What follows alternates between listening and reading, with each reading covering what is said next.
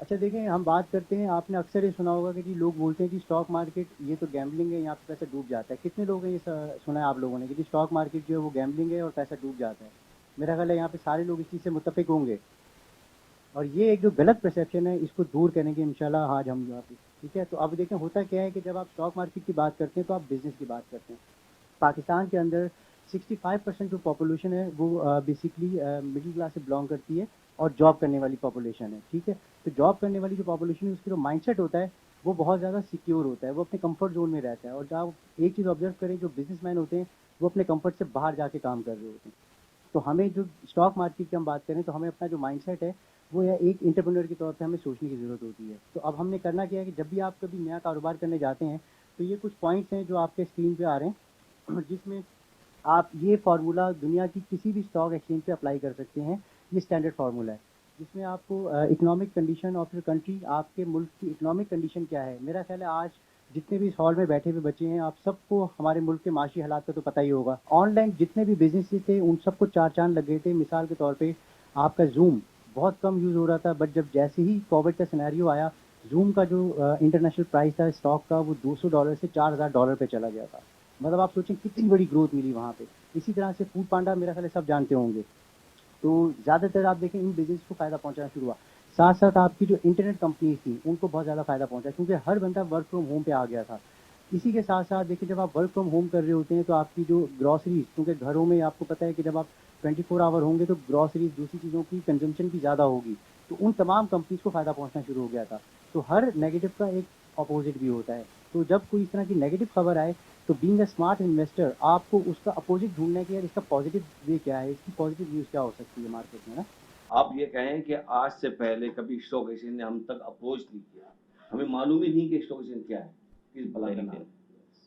हमें हर जगह पर सोशल मीडिया पे बिटकॉइन तो मिल जाता है, लेकिन पाकिस्तान स्टॉक एक्सचेंज नहीं मिलती। We have a regulated gold and silver market as well, लेकिन मेरा ख्याल हमारे है यहाँ अवेयरनेस शायद हमारे पास नहीं। सबसे बड़ा इशू ये है कि हमने आज तक आपको अप्रोच नहीं किया कि स्टॉक एक्सचेंज है क्या। Basically stock exchange long term investment है बेटा, नॉट अ शॉर्ट टर्म। आज जिस कंपनी की बुनियाद आप रखेंगे उसका रिजल्ट आएगा 10 साल बाद, नॉट 1-2 साल में। यकीनन वो अपने अपने आप को मार्केट में जब इंट्रोड्यूस कराती है, चीज कराती है, उसको टाइम चाहिए बेटा। एक लॉन्ग टर्म इन्वेस्टमेंट, और लॉन्ग टर्म इन्वेस्टमेंट के क्या है कि आपने कंटिन्यू से फाइनेंसिंग देखने हैं, इसकी रिसर्च देखने की क्या चीज़ बना रही है, क्या चीज़ बेच रही है, उसकी वैल्यूएशन क्या है, उसकी डिमांड क्या है, उसके रॉ मटेरियल कहाँ कहाँ से आते हैं। एक लॉन्ग टर्म इन्वेस्टमेंट है पाकिस्तान स्टॉक एक्सचेंज। दुनिया की किसी भी स्टॉक में काम करते हैं, नॉट अ शॉर्ट टर्म। अगर किसी अच्छी आप मुझे पूछेंगे तो कम से कम मिनिमम 5 से 10 साल बताएगा कि इससे बाद जाकर कंपनी आपको अच्छा पे आउट देगी, जितनी बड़ी कंपनी होगी। और हमारा कसूर ये है कि कभी पाकिस्तान के किसी मेंबर ने या स्टॉक एक्सचेंज ने खुद ने किसी भी इदारे में जाकर आपसे अप्रोच नहीं किया, आपको स्टॉक एक्सचेंज के बारे में बताया नहीं कि क्या चीज़ है। एक साइड बिजनेस है जो आप अपनी सेविंग को लॉन्ग टर्म के लिए लगा सकते हैं, नॉट अ शॉर्ट टर्म के लिए। आप कहें कि डे ट्रेडिंग करूं, नथिंग, लॉसेस होंगे। आपको हमेशा ये माँ बाप से कहीं से भी आपको ये मिला होगा कि आपने पैसे लगाए और मैं हार गया। हारने की वजह कभी आपने देखी क्या है वजह? आपको मुनीर खाना ने कहा कि आप ये चीज़ ले लें, आपने ले लिया, नथिंग। आपने उसके फाइनेंशियल अकाउंट देखने, लॉन्ग टर्म चीज़ें देखने की, लास्ट 5 साल का ट्रैक रिकॉर्ड के इस कंपनी के बारे में। वो पे आउट कर रही है, 15-20% ग्रोथ कर रही है, तो उसमें इन्वेस्टमेंट करें। अदरवाइज किसी के कहने पे आपने इन्वेस्टमेंट किया तो आप पैसे हार गए। उसका पर्पज़ क्या हो सकता है? मे बी मेरा पर्पज़ ये हो कि मैं कमीशन अर्न करूँ, नथिंग। ये चीज़ आप पे डिपेंड करती है बेटा कि पैसे हारने वाले को क्या मैंने मुनीर खान ने फ़ोन किया था या मेरे पास वो खुद आया था।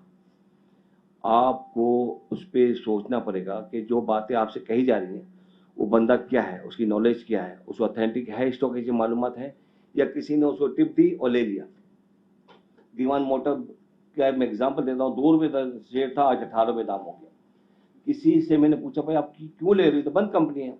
तो उसने बड़ा अजीब सवाल जवाब दिया मुझे, मुझे मजा आ गया सवाल का जवाब। उससे बोला मुनीर भाई ये बंद पड़ी है, इसका लॉस नहीं आएगा, बाकी दूसरी कंपनी चल रही है तो मुल्क की हालात खराब है तो उसका लॉसेज आ सकता है। ये सोच है बेटा, ये सोच है। एक कंपनी बंद पड़ी है, डिफॉल्ट काउंटर में उसको लेते हुए पसंद करते हैं, ये हमारा कसूर होता है। अगर किसी का लॉस हुआ है उससे को 2 सवाल तो करें बेटा, 2 सवाल तो करें कि लॉस क्यों हुआ, आपने क्या ऐसी इन्वेस्टमेंट की, कौन से आइटम ने, किस बेस पे। तब तो वो रिजनेबल जवाब दे तो समझ में आता है। 99% हम सवाल करते हैं, उनके ऊपर मुनासिब जवाब ही नहीं होता। इनका इक्विटी डीलर होता है, इक्विटी डीलर से पूछते हैं, बात करते हैं, और वो आकर, वो भी इक्विटी डीलर का मकसद क्या आता है, मुझे महीने के अर्न करने, कमीशन कमानी है, मुझे अपना घर चलाना है। अगर प्रोफेशनल बंदा है नहीं है, उसमें इतनी एबिलिटी है नहीं है कि वो आपको एक अच्छा इन्वेस्टमेंट करा सके बेटा। दुनिया की मार्केट में आज भी आप 18 रुपए लगाते हैं और 1 रुपया आप कमाते हैं। इतनी चीप होने के बावजूद भी मार्केट आज भी 500 पॉइंट प्लस है, तो मीन समवन इज सेलिंग। ये वो लोग हैं जो पैनिक में हैं, ये वो लोग हैं जैसे सर ने बताया, और आप लोगों के भी बहुत सारे लोगों का पर्सपेक्टिव है कि क्राइसिस है, अनसर्टेनिटी है, वोलेटिलिटी है, अनप्रडिक्टेबिलिटी है, कुछ पता नहीं चल रहा है, तो लोग सेल कर रहे हैं। They are the panic seller, they are the idiot seller. I'm saying because on the contrary, आप देखें कि जिनको हम पावर ब्रोकर्स कहते हैं, आज आपको पता है कि बैंक अल-फलाह के जो ऑनर्स जो है, जो शेयर होल्डर्स हैं, उन्होंने अपनी कंपनी के शेयर्स कितने खरीद लिए? लकी सीमेंट ने अपने शेयर्स खुद खरीदे हैं। क्या ये लोग बेवकूफ हैं? इतने बड़े पावर ब्रोकर्स हैं, बिलियनियर्स हैं, तो by when there is a blood in the street, bigger the crisis the heaviest the opportunity. तो this is the opportunity. But यहां पे जो है, मैं एक चीज बताऊंगा, मनी भाई की बात को आगे कंटिन्यू करता हूं कि लॉन्ग टर्म स्ट्रेटेजी ये कंट्रीब्यूट करती है to make huge profits. You are the future of the Pakistan, you are the leaders of the Pakistan, future prime minister, future ministers, realise your potential. किस तरह से? बिल्कुल इसी तरह से जैसे ये बड़े लोग आज इस क्राइसिस की सिचुएशन को एक्सप्लॉइट कर रहे हैं। सारी दुनिया शेयर्स बेच रही है। जो मालिक है, जो सारी जिंदगी अपने शेयर्स स्टॉक मार्केट में बेचता रहे, आज के टाइम पे वो खरीद रहा है, तो हम क्यों नहीं खरीदें? तो ये एक अपॉर्चुनिटी है। बट लॉन्ग टर्म स्ट्रेटेजी किस तरह से है? अगर आप पिकनिक पे जाते हैं तो वहां पे क्या करते हैं? एक एक टेम्पोरेरीली सेटअप आप कायम करते हैं, वहां पे एस्टेब्लिश करते हैं पिकनिक की, और आ जाते हैं। घर पे रहना है तो एक वो परमानेंट सेटअप है जहां पे आपने लॉन्ग टर्म रहना है। जब पिकनिक पे जाते हैं, एक शॉर्ट टर्म है, एक एंजॉय किया, आप आए। इसी तरह से जब आपने इन्वेस्टमेंट करनी है, पैसा बनाना है, लंबा पैसा बनाना है, ठीक है, तो फिर एक लॉन्ग टर्म जो आपकी फाउंडेशन हॉरिजॉन्टल एंड वर्टिकल दोनों बेसिस में बढ़ेगी। तो फाउंडेशन तभी स्ट्रांग होती है जब पर्सपेक्टिव आपका लॉन्ग टर्म है। इस सेशन को जो है थोड़ा सा मैं और कंक्लूड करता हूं कि यहाँ पे जो एक बड़ी मजे की बात की नौमान ने, कि आप लोगों के पास जो है वर्चुअल ट्रेडिंग का जो है साइकोलॉजिकल फाइनेंस जो है उसका मैं थोड़ा सा एलिमेंट जो है, एक तो मैंने आपको बताया कि this is the best time, but ये कि through with long term perspective, right? लोग खुद अपने शेयर्स पे खरीद रहे हैं जिनके शेयर्स मार्केट में बिकते थे। दूसरा जो है मैं ये कि ये वर्चुअल ट्रेडिंग का जो कॉन्सेप्ट है, इसमें बिहेवियरल फाइनेंस जो है उसका एलिमेंट है कि मिलियन रुपीस हैं आपके पास। जैसे ही आप लोग अपने वो क्रेडेंशियल्स डिटेल शेयर करेंगे तो मिलियन रुपीस के साथ आएंगे। And I bet majority of you will make money with this virtual money. इसके साथ आपके प्रॉफिट्स होंगे। उसकी क्या रीजन हो सकती है? Tell me. कि ये जो वर्चुअल मनी आपको 1 मिलियन रुपीस आपके अकाउंट में आएगा और इसके ऊपर आप ट्रेडिंग करेंगे, तो आई बेट कि majority of you, more than 60-70% आपके प्रॉफिट्स बनेंगे, बिकॉज फ्री मनी है। आपको पता है मेरी जेब से कुछ नहीं जा रहा है, and you are making decisions with confidence, right? कि आप जो भी अपॉर्चुनिटीज नजर आ रही है, आप विदाउट फियर, विदाउट किसी खौफ के जो है आप उसमें एंट्री कर देते हो, ठीक है? बट द सेम जब आप 5,000 रुपए की भी इन्वेस्टमेंट करेंगे तो अपॉर्चुनिटी सामने नजर आ रही है, बट आप लोग नहीं करोगे। There is a fair factor. उस फेयर फैक्टर को आपने बताना। अगर आप अपनी बैंक्स में सेविंग रखते हैं 2 लाख, 5 लाख, 10 लाख, अगर आप इस शेयर्स में इन्वेस्टमेंट करते हैं तो इसका एनुअल रिटर्न आपका 13%, 14%, 16% है। मतलब एक आपकी एक लर्निंग भी हो जाएगी, और आपकी जो स्मॉल इन्वेस्टमेंट है जिसमें बैंक आपको 9%, 10% या 11% देता है, इसमें आपका अर्निंग भी हो जाएगी तकरीबन 13-14%। तो आई थिंक आप स्टार्टअप इससे लें, वर्चुअल अकाउंट आपको दे रहे हैं इससे लें। लेकिन मैंने ये भी नोट किया कि जब इंसान का अपना पैसा लगा होता है ना, तो उसकी फीलिंग्स कुछ और होती हैं। उसकी अर्निंग, उसकी जनरेशन, उसकी थिंक टैंक बहुत चेंज होता है। तो मेरी तो यही एडवाइस है कि स्टॉक एक्सचेंज एक ऐसी मार्केट है जहाँ आप डेली 7.5% तक अर्न कर सकते हो, और अगर इसमें आपकी थिंक टैंक चीज़ें एक एग्जैक्ट 100% श्योरिटी होगी तो आप बहुत पैसे बना सकते हो, जैसे मैंने आपको एग्जांपल दी। और स्टार्टअप के लिए आप HBL ने भी एक ट्रेजरी का ETF लॉन्च किया है, जिसमें कोई रिस्क नहीं है। आप आज स्क्रीन पर अगर आप देख रहे हैं 10 रुपये 47 का बायर और 10 रुपये 49 का सेलर है, तो उसमें कोई रिस्क नहीं है। आप 1 लाख रुपए इन्वेस्ट करें तो आपकी ईल्ड आएगी ईयरली 14% 16%। इसमें कुछ जाने का तो नहीं है, बैंक में भी आप पैसे रखते हैं, यहाँ पे भी रखते हैं, तो सेफ साइड के लिए सीखने के लिए इससे भी आप स्टार्टअप कर सकते हैं।